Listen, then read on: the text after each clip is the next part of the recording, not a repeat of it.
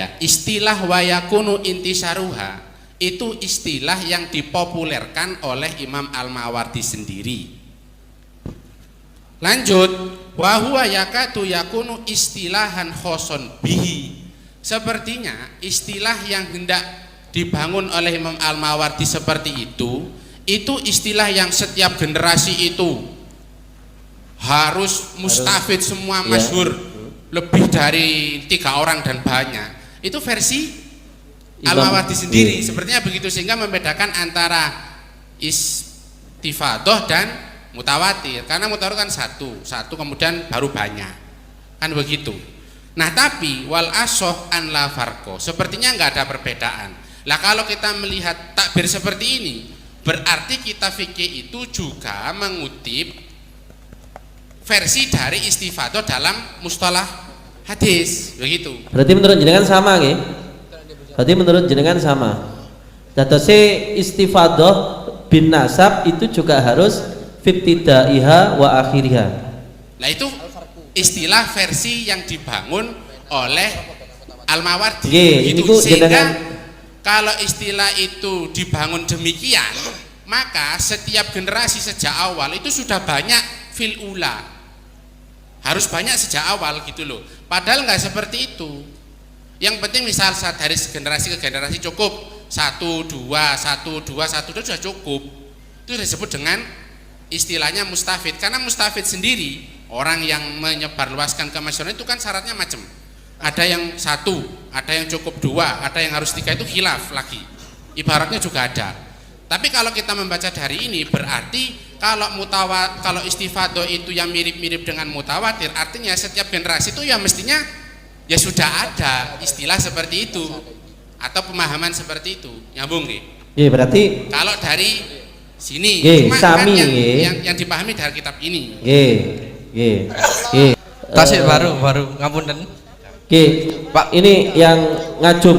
Monggo mic untuk yang depan, LBM MWC NU ngajum.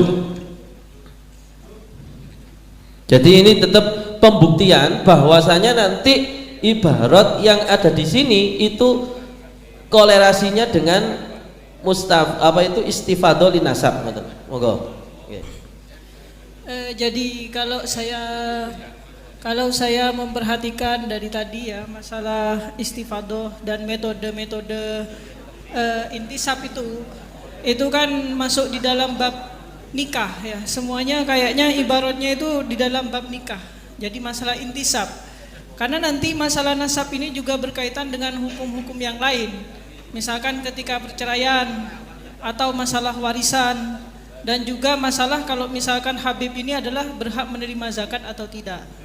Nah, akan tetapi kalau saya melihat ibarat yang tadi yang dari Pak siapa tadi fibtidaiha wa intihaiha itu kan masuk di dalam bab qadha. Jadi tidak ada korelasinya itu, tidak bisa kita menyamakan.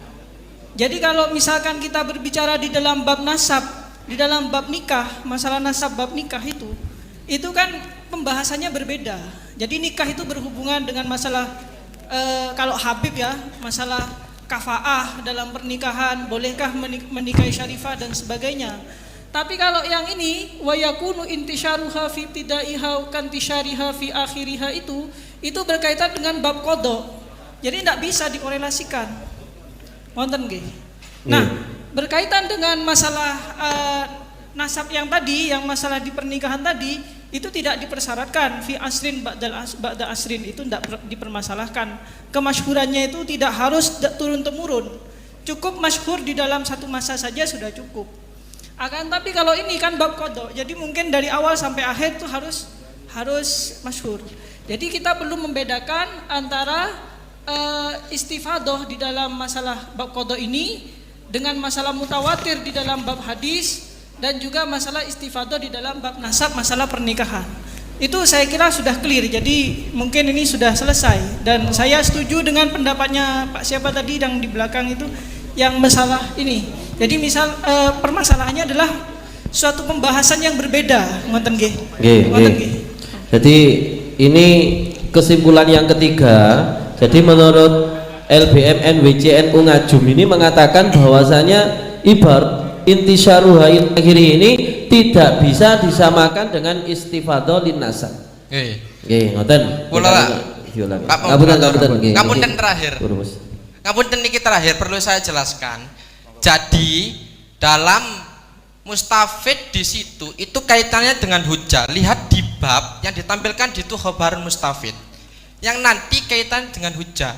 Ada kalimat di situ summa yahsulu al yakin. Dilihat di situ summa yahsulu al yakin. Sedangkan di masalah istifadhah kita itu nanti bisa menimbulkan dua keyakinan, ada dzon atau al ilmu. Jika huwa alal awal tadi itu mahalnya kapan? Disebutkan ditaalekan di sini Sarwani. Kalau huwa alal awal la buddha min taqarruruhi wa tulimuddati urfan la ala mahalluhu lam yatahaqqaq atawattur wal ilmu. Di situ jelas. Kenapa di situ khabarul mustafid? Di situ kok harus yantahi ila asrin. Karena apa? Agar husulul yakin. Karena ini masalahnya adalah dalam masalah lihat babnya itu, bab sunnah, bab hadis. Bagaimana kita nanti menggunakan sesuatu yang masih levelnya tidak yakin dalam usul syar'i kita. Beda dalam masalah ini, cukup dengan dzan al-qawi. Kenapa kok cukup dengan dzan al-qawi? Sebenarnya asyhadah itu harus alal yakin, bil yakin. Karena tidak ada asyhadah bil yakin, makanya itu turun derajat digunakan asyhadah bidon al-qawi tersebut. Sehingga tulu muddah ini ketika kita berangkat dari husulul istifatnya itu dari don, maka harus ada syarat tulu muddah sama takorur. Beda kalau misalkan istifatnya itu sudah husulul yakin, maka yang wa alal awal ila akhirih itu tidak perlu. Seperti yang ibarat la alama haluhu lam yatahaqqaq atawatur wal ilmu. Maka kita harus tahu di situ husulul yang istifat di situ sama husul yang dituntut di nasab. Oke, berarti saya simpulkan yang terakhir tadi mengatakan bahwasanya itu tidak bisa dipakai di nasab, ngono. Ya wis. Pun nggih. Nggih, monggo. Saya kira ibarat itu memang terletak pada posisi bab yang berbeda, di mana di dalam permasalahan ini makanya kalau kita teliti ini kan ada ahad, ada tawatur, kemudian ada istifadhah gitu ya.